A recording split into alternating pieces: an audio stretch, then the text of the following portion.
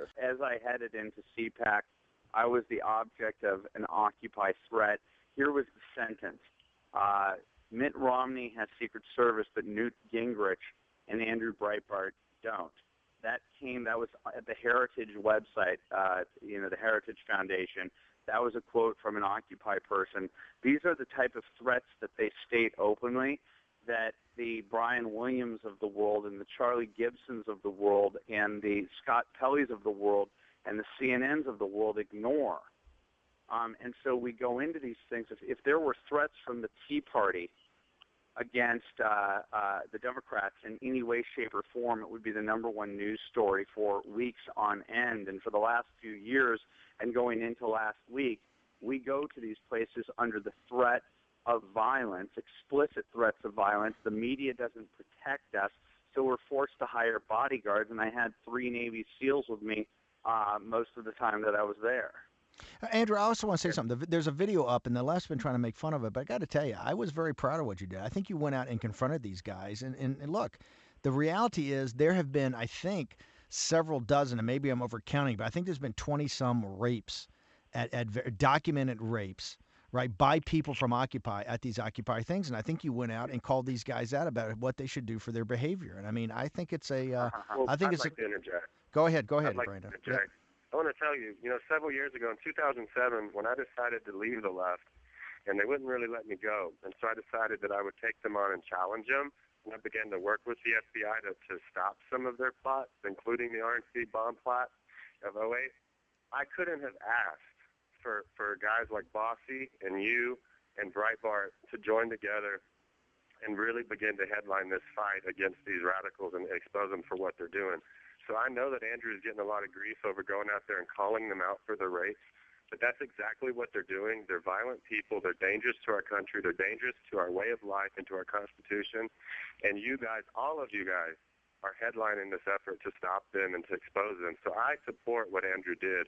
There's no way to be nice. It's wrong to be nice to people who are part of a movement responsible. No. I want to say, but Andrew, my guess. What you're missing here is that they've selectively edited the context of me confronting them by screaming, "Behave yourselves." Here's what happened.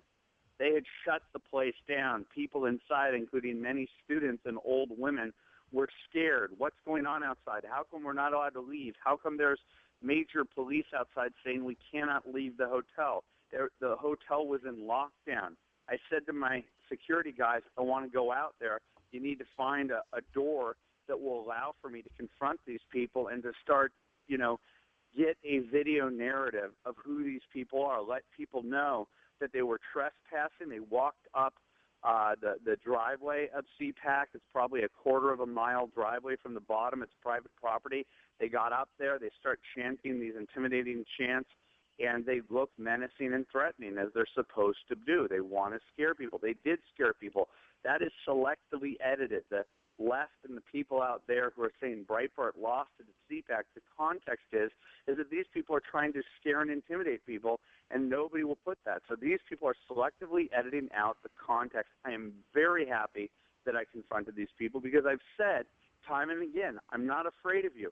And I'm trying to teach people that are conservatives. I used to be liberal like Brandon. I think this is why we're so effective, is because we know how nasty these people are, and those nice old ladies and those nice students who come from nice conservative households don't understand the darkness in the heart of these radicals. These people believe in revolution.